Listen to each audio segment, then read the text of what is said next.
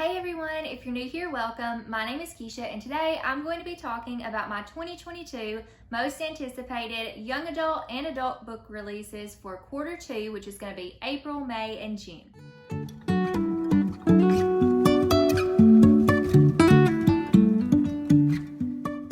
So I've been doing anticipated book release videos for the past couple of years, and this year I decided that I wanted to break them up into quarters. I don't actually have a lot of books on this list today because I've tried to be more picky about what I do put on these lists, because in years past I've put so many books that I never get around to or I lose interest in, so I try to be really thoughtful about what I put on this list.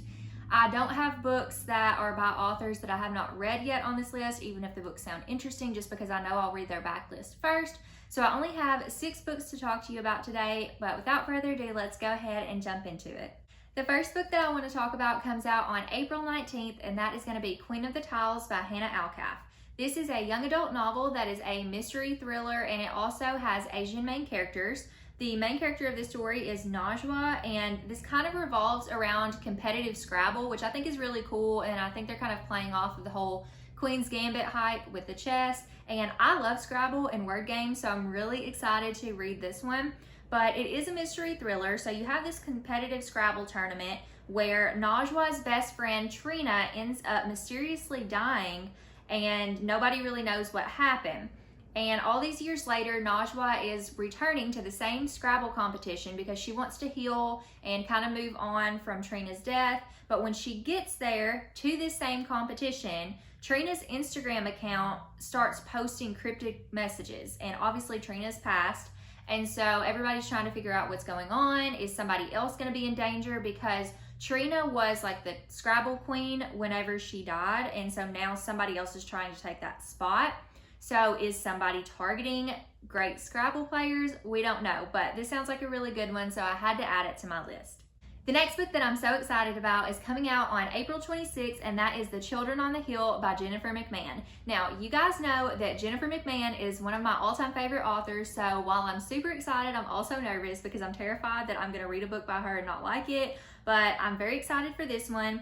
Jennifer McMahon does write horror books, so they're like horror mystery thriller with some historical, and this one is inspired by Mary Shelley's Frankenstein. So it does have the dual timelines, as do all of her books, and they are also all set in Vermont. So this one starts in 1978, and it follows Dr. Helen Hildreth, who is a child psychiatrist. But Helen also has grandchildren at home that she takes care of, Violet and Eric. And one day Helen brings home this like child who's kind of hollow and feral. I never know how to say that word. I don't know why I never looked this up before I say the word. But anyways, this child named Iris. She brings her home, and Violet wants to befriend Iris. She invites her to join her and Eric in their monster club where they catalog monsters and find ways to defeat them. So they all become close, and Violet says they have to meet in secret because monsters are everywhere. So that's your 1978 timeline, and then, like I said, it does have a dual timeline. The second one is in 2019, and this one follows Lizzie Shelley, and she is the host of the Monsters Among Us podcast, and she is currently on her way to Vermont because a young girl has been abducted and there's been a monster sighting. And Lizzie knows more than anybody that monsters exist because her sister is a monster. I'm really excited to read this one. I know that Jennifer McMahon has some fantastical elements in some of her books, so I'm curious to see what this is going to be. I'm curious to see how those two timelines mesh together. So this is probably my most anticipated of quarter two. The next book I want to talk about comes out on May 24th, and that is going to be Hide by Kirsten White. I have read a couple of her books before, but she typically writes YA, and this book is her first adult debut, and it's horror. So I'm so excited about that. It is a high-stakes hide-and-seek game that is going to turn deadly. It takes place in an amusement park. There's 14 competitors, 7 days, everywhere to hide but nowhere to run, something like that. Yeah, so that just sounds super intriguing to me. It's a big game of hide-and-seek at an amusement park, and I think there's like a cash prize where if you stay hidden for a week and nobody finds you, then you get this big cash prize. But like I said, things turn deadly, so that's really all I know about it, and I'm pretty sure that's all the synopsis really says. So I don't really know anything else about it but that's enough to intrigue me. The next book on my list comes out on June 7th, and that is The Woman in the Library by Sulari Gentill. I'm a little bit nervous about this one because I think it's going to be more of a literary novel, but it's also a mystery thriller, and it sounds so good. It takes place in the Boston Public Library, and somebody has been murdered in the reading room. So a security guard has detained everybody and says nobody can leave until we figure out what happened. And there are 4 strangers that end up sitting at a table together, and they all have different reasons for why they were in the reading room that morning, but one of them is a murderer. So as they're chatting and becoming friends, one of them has a secret. Multiple of them may have secrets. We don't know. But it says that this book examines the complicated nature of friendship and shows us that words can be the most treacherous weapon of all. The next book comes out on June 21st, and that is going to be Riley Sager's new book, The House Across the Lake. So I have a love-hate relationship with Riley Sager. I have loved The Last Time I Lied. That is one of my all-time favorite thrillers. And I also really enjoyed Home Before Dark. But Lock Every Door was not my favorite. I DNF'd his other 2 books. So I'm kind of nervous about this one, but I guess this will tell me if I should pick him up anymore. So yeah.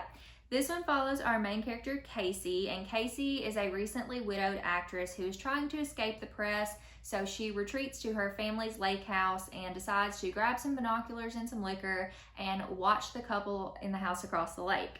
And she ends up saving the woman, I think her name is Catherine. She ends up saving her from drowning, and they become friends, and then Catherine starts to observe a little bit more that maybe this perfect couple is not as perfect as what they seem.